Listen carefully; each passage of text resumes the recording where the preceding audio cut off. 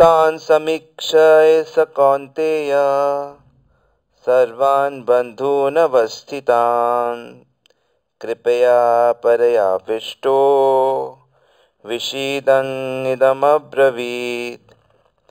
भगवद गीता पहले अध्याय का 27वां श्लोक। और जैसा आप जानते हैं कि प्रसंग चल रहा है कि भगवान श्री कृष्ण से अर्जुन ने कहा कि हे कृष्णा, आप मेरे रथ को दोनों सेनाओं के बीच में ले जाइए ताकि मैं ये देख सकूं कि कौन है वो जो अधर्मी दुर्योधन का साथ देने के लिए मरने मिटने को तैयार हो गए। तो भगवान श्री कृष्ण बड़े प्रेम से, बड़ी चालाकी से अर्जुन के रथ को दोनों सेनाओं के बीच में और बिल्कुल द्रोणाचार्य और पितामह भीष्म के आगे खड़ा कर देते हैं। वहां आके अर्जुन अपने कुटुंब के अन्य और महारथियों को देखता है, अपने परिवार के संबंधियों को देखता है, जिसमें उसके ससुर भी हैं और उसके साले भी हैं, उसके भाई भी हैं, उसके बच्चे भी हैं, उसके पोते भी हैं, उसके मित्र भी हैं, उसको चाहने वाले भी हैं, और इस प्रकार बहुत से उसके पारिवारिक कुटुंब के लोग ही खड़े हैं। यह देखकर अर्जुन को थोड़ा मोह हो जाता है और धीरे धीरे वह इस अवस्था में पहुंच जाएगा कि वह भगवान कृष्ण से कहेगा कि हे कृष्ण, मुझसे यह युद्ध नहीं हो सकता। इससे तो अच्छा है कि मैं मर जाऊं, ये मुझे मार दें या मैं भीख मांग के अपना निर्वाह करूं, लेकिन ज़मीन के लिए, राज्य के लिए मैं अपनों को मारूं और फिर मैं अपना आनंद मुझे मिलेगा कैसे। तो अर्जुन भगवान को नहीं लड़ने के बहुत से कारण बताता है, जिसमें से एक कारण वो ये बताता है कि इस युद्ध को करने के बाद उसे किसी भी प्रकार का आनंद नहीं प्राप्त होगा। और आज के श्लोक का जो अर्थ है, जिसमें अर्जुन की जो दया है, कंपैशन है, वो बाहर निकल के आ रही है। युद्ध भूमि में उपस्थित अपने समस्त बंधु बांधवों को देखकर अत्यंत करुणायुक्त होकर कुंती नंदन अर्जुन ने ये कहा। तो कुंती नंदन अर्जुन के हृदय में करुणा उसकी बाहर आ रही है। श्रील प्रभुपाद बताते हैं कि जो भक्त होता है वह स्वाभाविक रूप से ही करुणाशील होता है, दूसरों के प्रति उसकी दया होती है, काइंड हार्टेड पर्सन। लेकिन दया का असली अर्थ हमें समझना होगा कि दया का क्या अर्थ होता है। कोई व्यक्ति डूब रहा है और डूबते हुए व्यक्ति के हम सिर्फ कपड़े को बचा लें और हम कहें कि हमने उसको बचा लिया, तो ये मूर्खता होगी। तो शरीर की दया, मन पे दया, खाने पीने की दया करना, ये वास्तविक दया नहीं है। वास्तविक दया है कि कोई व्यक्ति यदि डूब रहा है तो हम उसको बचा लें, उसके शरीर को बचाएं। ठीक इसी प्रकार यदि हम शरीर को ना बचाकर हम उसकी आत्मा को बचा लें तो वो वास्तव में बचाना हुआ। इस जगत में शरीर को बचाया नहीं जा सकता। जाता से ही ध्रुवो मृत्यु ध्रुव जन्म मृतस्य च। तो इसलिए जो धीर मनुष्य होता है, धीरस्तत्र न मोहिता, धीर व्यक्ति शरीर के नाश पे मोहित नहीं होता, वह आत्मा को बचाना चाहता है। आत्मा को बचाने का क्या अर्थ है कि आत्मा को इस संसार में मिथ्या रूपी जो दुख हो रहा है, उस दुख से उसे बचाना है। आत्मा के लिए आनंद का समुद्र रखा गया है, परंतु वह भगवत प्रेम में निहित होने पर ही उसे प्राप्त होता है। तो आत्मा को यह समझना है कि उसे कृष्ण की शरण में सदा रहना है, उसे कृष्ण से स्वतंत्र नहीं रहना है। हालांकि कृष्ण से स्वतंत्र रहना संभव नहीं है, क्योंकि कृष्ण से स्वतंत्र रहने पे कृष्ण की शक्ति माया के अधीन होना पड़ता है। तो कृष्ण की शरण में रहना का अर्थ है कि माया से स्वतंत्र रहना और आनंद में रहना, और कृष्ण से बिछोह अलग होने का अर्थ है कि दुख में रहना। तो ये सिंपल सा सिद्धांत है। तो इसलिए असली दया जो चैतन्य महाप्रभु ने कही है, जीवे दया, उसका अर्थ यही है कि हमें दूसरों को कृष्ण के पास लेके जाना है। और स्वाभाविक रूप से हर वस्तु कृष्ण की है, सारे जीव कृष्ण के हैं, तो वो सब कृष्ण के पास ही होने भी चाहिए। तो आज के श्लोक में अर्जुन की ये जो दया है ये अब धीरे धीरे प्रकट होगी। तो इससे हम ये समझ सकते हैं कि भक्त का जो एटीट्यूड है वो कैसा होना चाहिए। तो अभी तो ये बात स्पष्ट हो गई कि दया शरीर के लिए नहीं करनी है, दया आत्मा के लिए करनी है। इसलिए हरे कृष्ण आंदोलन में प्रचार को इतना बल दिया जाता है। जो गुरुजन हैं, वैष्णव जन हैं, वो सब कृपा की मूर्ति हैं, दया के अवतार हैं। वे अपनी दया से, कृपा से ही दूसरों को कृष्ण के विषय में बताते हैं।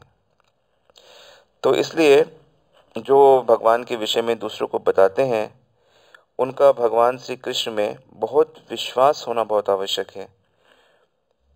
कृष्ण पे विश्वास का अर्थ होता है कि कृष्ण भक्ति करने से सब कुछ हो जाता है, सब कुछ प्राप्त हो जाता है, सब कुछ। श्रद्धा शब्द विश्वास करे, सुदृढ़ निश्चय कृष्ण भक्ति करिले, सर्व कर्म कृत होय। ये बहुत अमेजिंग बात है कि जब हम कृष्ण की भक्ति करते हैं तो वो भक्ति इतनी कंप्लीट होती है कि उसके प्रभाव से हमारे सारे ड्यूटीज़, हमारे सारी इच्छाएं, हमारी सारी पारलौकिक इच्छाएं, हमें हर प्रकार का ज्ञान, हर प्रकार की ऐश्वर्य, हर प्रकार की वस्तु हमें स्वतः ही प्राप्त हो जाती है। क्योंकि भगवत प्रेम होता ही ऐसा है कि भगवत प्रेम इज़ ऑल एनकम्पैसिंग, उसमें सब कुछ निहित होता है। तो जो प्रचारक है उसका बहुत विश्वास होना आवश्यक है भगवान पे, और भगवान के प्रति प्रेम होना बहुत आवश्यक है। तो जो भगवान का भक्त होता है वो भगवान के भक्तों से बहुत अच्छी मित्रता रखता है। हर भक्त दूसरे भक्त से को हृदय से बहुत सम्मान करता है और बहुत प्रेम करता है।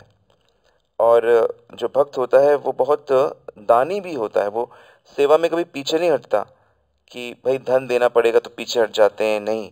उसको जहाँ भी मौका मिलता है, उसके पास सामर्थ्य होता है तो वह दान भी करता है। और जो लोग कृष्ण के बारे में नहीं जानते उनको वह कृष्ण के विषय में बताता है। और जो कृष्ण के द्वेषी होते हैं और भक्ति नहीं करना चाहते, तो जो भक्त होता है वो ऐसे लोगों से थोड़ा दूर रहता है, डिस्टेंस पे रहता है। और जो भी उसको कभी मिलता है तो वो सदैव बहुत वेलकमिंग रहता है। किसी से भी मिलता है, किसी भी भक्त से, तो बड़े प्रेम से उनका अभिवादन करता है, प्रणाम करता है। उनको जितना उसमें सामर्थ्य है, जितना सामर्थ्य उसने दिया है भगवान ने, अगर वो साधु है तो वो साधु के लेवल पे करता है, यदि वो राजा है तो वो राजा के लेवल पे करता है। सब अपने अपने लेवल पे ही काम करते हैं, इसलिए हमें एक अच्छे भक्त के लेवल पे पहुंचना है। तो भक्ति करते समय भक्त को बहुत सतर्क भी रहना चाहिए, क्योंकि भक्ति करते करते क्या होता है कि मनुष्य के अंदर एक इच्छा जागृत होती है कि सब लोग उसे पसंद करें।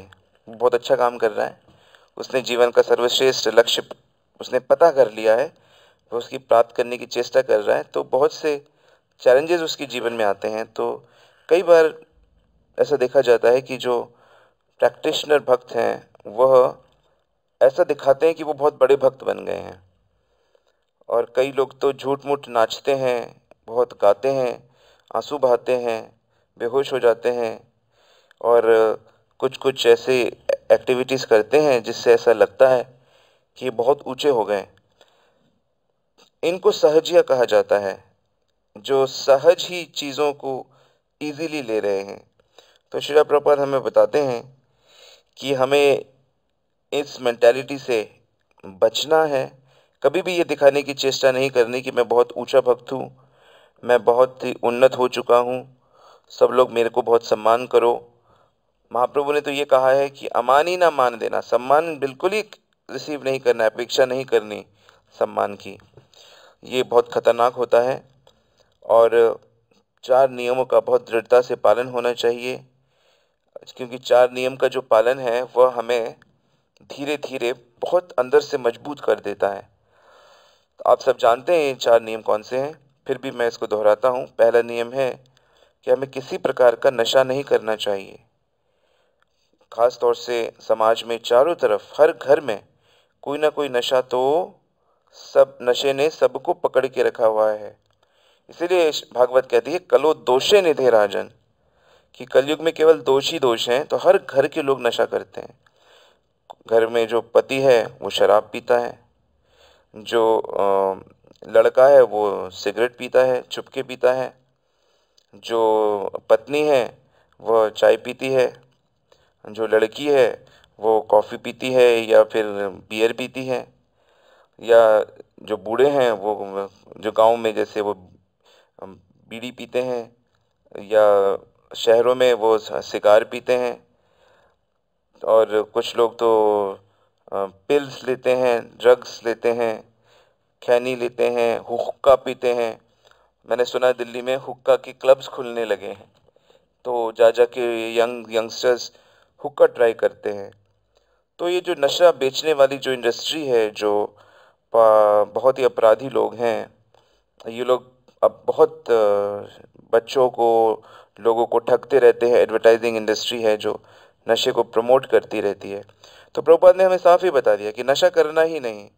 तो नो कॉफ़ी, नो चाय, no tea, no cigarette, no शराब, नो ड्रग्स, किसी भी तरह का गलत नशा नहीं करना। और अगर करना ही है तो भगवत नाम का नशा करिए, भगवान के विषय में सुनने का नशा करिए, सेवा का नशा करिए, हर घण हर क्षण सेवा प्राप्त हो दूसरों की, ऐसा नशा लीजिए। तो ये तो बहुत अच्छा है। तो नशा करने से अंदर का जो बल है वो समाप्त हो जाता है। तो पहला प्रिंसिपल भक्त को जो पालन करना चाहिए कि किसी प्रकार का नशा ना करें, किसी प्रकार का जुआ ना खेलें। वो ये ना सोचे कि वो झटपट एक शॉट में अमीर बन जाएगा। नहीं, उसे मेहनत से जो काम उसने सीखा है, जो काम उसके ट्रेडिशन में है या जो प्रोफेशन है उसका, उसे ईमानदारी से करे। और जितना धन उसके पास कर्मफल रूप से आता है उसमें से कुछ हिस्सा जैसे 10% वो भगवान की सेवा में दान करे, और बाकी 90% से अपनी स्पिरिचुअल लाइफ को मेंटेन करे, कुछ भविष्य के लिए रखे। तो इस प्रकार जुआ कभी नहीं खेलना चाहिए। जुआ खेलने से बहुत घर बर्बाद होते हैं, हर समय मन में टेंशन रहती है। तो लोभी नहीं बनना चाहिए, और जुआ खेलने से जीवन में से सत्य निकल जाता है। तीसरा रेगुलेटरी प्रिंसिपल जो एक भक्त को पालन करना चाहिए वो ये है कि उसे अवैध संग नहीं करना चाहिए। अवैध संग का अर्थ होता है कि स्त्री देह में सुख ढूंढना, स्त्री के संग समागम करना, और स्त्रियों का पुरुषों के प्रति इस प्रकार इलिसिट रिलेशन। तो आज कलयुग में तो ये बहुत प्रोमिनेंट है। तो हमें ऐसी चीज़ों के संपर्क में नहीं रहना चाहिए, जैसे मंडेन फिल्म्स होती हैं, मंडेन सीरियल्स होते हैं, मंडेन चुटकुले होते हैं, और पार्टीज में और स्कूल कॉलेजेस में लोग अपोजिट सेक्स के साथ बहुत मिलते हैं, घुलते मिलते हैं, और वो धीरे धीरे आसक्ति में कन्वर्ट हो जाता है, और कभी ना कभी दैहिक रिलेशन बहुत जल्दी शुरू हो जाता है। यूरोप और अमेरिका में तो ऐसा भी हमने पढ़ा है कि वहाँ 13-13, 14-14 वर्ष के बच्चों को सरकार विशेष रूप से इस प्रकार का ज्ञान देती है और बताती है, क्योंकि वहाँ कई तरह की बीमारियाँ दैहिक संबंध रखने से बहुत अधिक फैलने लगी हैं। तो इस प्रकार अपवित्र संबंध रखने से हमारे जीवन से पवित्रता बिल्कुल नष्ट हो जाती है। इसलिए अंदर की पवित्रता भगवान का नाम जप करके रखें, और बाहर की पवित्रता स्नान आदि करके, और इस प्रकार अपोजिट जो स्त्रियां हैं उनसे डिस्टेंस रखें, उनसे बहुत ज़्यादा घुले मिले ना, उनसे बहुत ज़्यादा बातचीत ना करें। और इस प्रकार उनको अपनी माँ देखते हुए, मातृवत परदारेशु, भक्त सभी स्त्रियों को अपनी अगर वो विवाहित है तो अपनी पत्नी को छोड़ के उसके लिए सभी स्त्रियां माँ होती हैं। और ठीक इसी प्रकार जिसका ब्रह्मचर्य जीवन है उसके लिए तो सभी स्त्रियां माँ होती हैं। सभी स्त्रियों को माँ देखकर ही, मानकर ही, इसी भाव से उनसे बात कर कर ही ब्रह्मचारी ब्रह्म में रमण करता है, ब्रह्म को प्राप्त करता है, भगवान को प्राप्त करता है। तो इस प्रकार वो इस माया को जीतने में सफल होता है, अन्यथा ये माया जीतना बहुत ही दुष्कर है, इम्पॉसिबल है। और चौथा नियम जो प्रभुपाद कहते हैं कि मांस को नहीं खाना चाहिए। मांस खाने से मन हिंसात्मक हो जाता है। मांस खाने से दया रूपी जो गुण है वह समाप्त होता है। जैसे आज बताया गया कि दया होनी चाहिए भक्तों में। तो वो दया, कंपैशन, वह खत्म होता है, हृदय कठोर बनता है, हिंसक बनता है। तो जो लोग भी भागवत विधि का पालन करते हैं भगवान को प्राप्त करने की, उनके धर्म में जैसे हम लोग करते हैं, जो लोग भजन कीर्तन करते हैं, तो उनके जीवन में किसी प्रकार का हिंसा नहीं होती। लेकिन कुछ कुछ कर्मकांडी लोग होते हैं जो लोग बीच बीच में पशु बलि करते हैं, उसके अपने अलग कारण हैं। लेकिन शास्त्र कहता है कि यदि आप किसी का भी मांस खाते हैं, किसी भी जानवर को यज्ञ में उसकी बलि चढ़ाते हैं, तो आपको फिर वह जानवर बनना पड़ेगा ताकि आपको भी वह जानवर आपसे बदला ले सके। मांस का अर्थ ही ये होता है कि मेरा मांस, माय फ्लैश। तो इसलिए भक्त लोग ये 4 नियमों का पालन करते हैं और अपने जीवन को बहुत पवित्र रखते हैं, सुरक्षित रखते हैं। और जो लोग भक्ति को सीरियसली नहीं लेते, उनको भी ये दिखाई देता कि अच्छा, ऐसे भक्ति की जाती है। और भक्त लोग जल्दी उठते हैं, सदैव भगवान की कथा में रहते हैं। मॉडर्न ज़माने में हम लोग क्लासेस ऑर्गेनाइज करते हैं, वीकली क्लासेस, डेली क्लासेस। जैसे हमारे मंदिरों में हर रोज़ सुबह शाम भगवत गीता की क्लास शाम को होती है और भागवत पुराण की क्लास सुबह 8 से 9 होती है, हर मंदिर में आपको मिलेगी। और सदैव संकीर्तन में बिजी रहते हैं, ठाकुर जी की सेवा में बिजी रहते हैं। तो इस प्रकार भक्त लोग बहुत सीरियसली, क्योंकि कृष्ण भक्ति ही जीवन का सबसे महत्वपूर्ण विषय है, और इसको सीरियसली करेंगे तो हर प्रकार की चीज़ें आपको आप मिल जाएंगी। जिस भी चीज़ की आवश्यकता है, कृष्ण कहते हैं भगवत गीता में, अनन्यस चिंतयन्तो माम ये जना पर्युपासते तेषाम नित्यभुक्तानाम योगः क्षेमम वहामि अहम्। जिस भी चीज़ की आवश्यकता है मैं वो प्रोवाइड करता हूँ, और जिस चीज़ की ज़रूरत नहीं है वो मैं हटा देता हूँ। तो भगवान की सुरक्षा में रहकर भक्त के भक्ति के जो गुण हैं, भक्तों के जो गुण हैं, उसके अंदर स्वाभाविक रूप से वृद्धि को प्राप्त करते हैं, और भक्त बहुत शुद्ध हृदय से बड़ी आसानी से भगवान को इसी जन्म में प्राप्त कर लेता है। तो शुभकामनाओं के साथ आज यहीं रुकेंगे, कल अगले श्लोक की व्याख्या होगी। हरे कृष्ण।